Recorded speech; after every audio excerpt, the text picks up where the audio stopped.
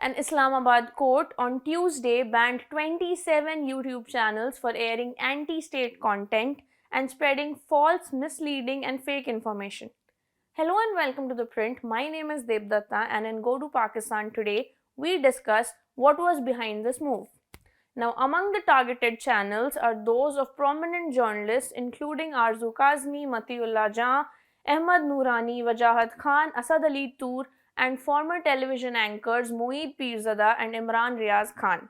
Also on the list are channels that are associated with supporters of the opposition Pakistan Tehreek-e-Insaf or PTI party. Critics describe this as a broader effort to silence critical voices ahead of expected political developments, such as jailed PTI leader Imran Khan's sons calling for a rally in Pakistan on the 5th of August. Arzu Kazmi, a journalist whose account was banned, pointed out that majority of the blocked channels were in some way supporters of PTI. She, however, did not identify herself as a PTI supporter and talking to The Print said that they have thrown in a few non-PTI names to make it look like a fair crackdown. But this is about silencing Imran Khan's supporters ahead of the son's rumored return and planned rally. Now, Kazmi is quite well known in India and has often appeared on TV channels like India Today. Post Operation Sindoor, when India imposed a blanket ban on Pakistani channels, Arzu's channel was banned as well. However, she continued to appear on Indian TV news channels like India TV. Arzu told The Print that they have been targeted for being vocal against the military and the government. She said, and I quote, "In my shows, I have said that Hafiz Saeed is under house arrest, but Imran Khan is behind bars. I have also condemned the arbitrary arrest of Baloch activist Mahrang Baloch." Clearly, Pakistan's Big Brother moves have now taken independent journalists in its clutches. While talking to The Print from Islamabad, Matiullah Jan, another senior journalist whose account has been blocked, said that this is censorship, plain and simple.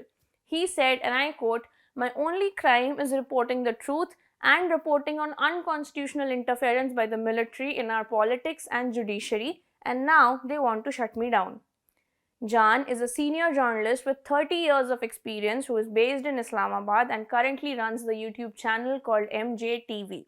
Over the years, he has reportedly faced repeated harassment, threats, and enforced disappearances due to his critical reporting on the civil-military establishment.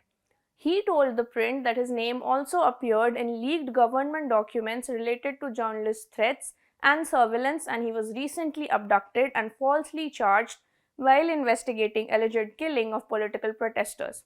His case is still pending in court without any progress. Now, the request to block the channels came from the recently established National Cybercrime Investigation Agency.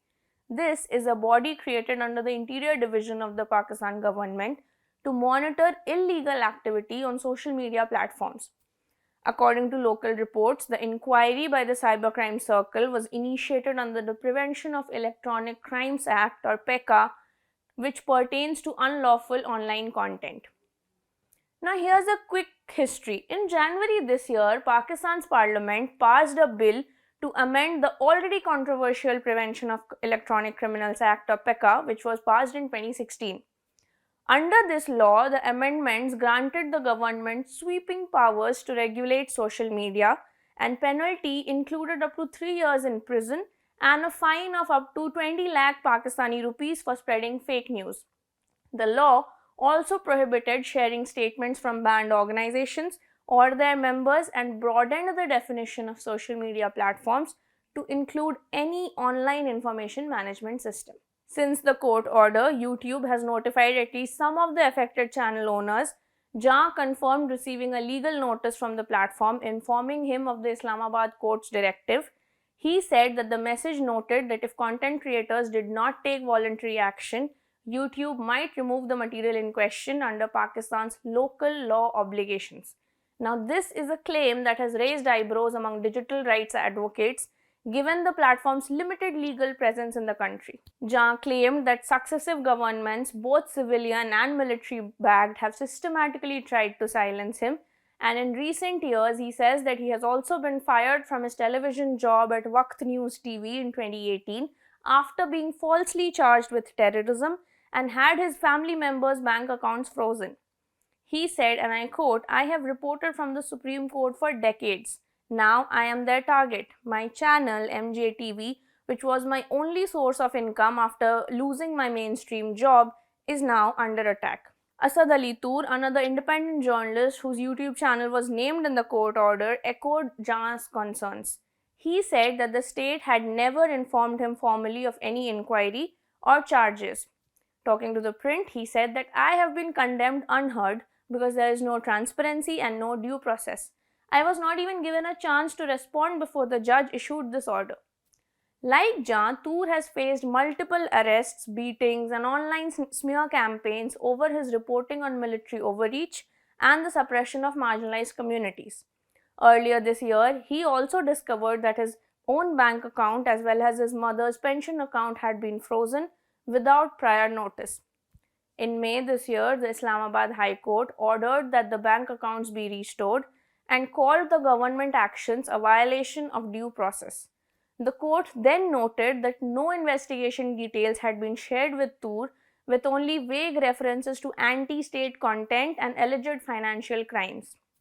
Benazir Shah, who is a reporter with Geo News, recently published a series of posts on X revealing how individuals loosely connected to Toor, such as a man who sold him parrots, also had their bank accounts blocked. In one case, the Federal Investigation Agency allegedly demanded an affidavit from a production house owner stating that he did not share Toor's political views as a condition for unfreezing his account. Ahmad Noorani, who lives in exile, is also an independent journalist who had a similar ordeal.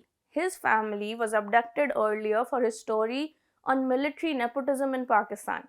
Noorani's story claimed that the relatives of Field Marshal Asim Munir, who is also the Chief of Army Staff in Pakistan, were being handed key federal positions due to their familial ties. Later, his brothers were abducted and released after 33 days, but he said that they are no longer functioning normally. Speaking to ThePrint, he said, and I quote, "Our bank accounts are blocked. The state wants us to die of hunger and debt in order to suppress us." The Pakistani state has a history of such kind of incidents. Farhan Malik, a media entrepreneur and a former news director at Sama TV, was arrested in March this year on charges related to anti-state content. He was granted bail in April, but not before enduring multiple legal cases and mounting public criticism. Malik maintains that his arrest was politically motivated. Digital rights activist and co-founder of Bolo Bhi, which is a digital rights advocacy organization based in Pakistan, Fariha Aziz, argues that the current wave of online censorship reflects a broader regional trend. In a post on X, she wrote, "So much is wrong with this order. YouTube doesn't even have a legal obligation in Pakistan like it does in India. So what are these local law obligations it is referring to? This is all about appeasement and censorship and nothing to do with legality." For journalists like Jaa and Toor, the stakes are deeply personal.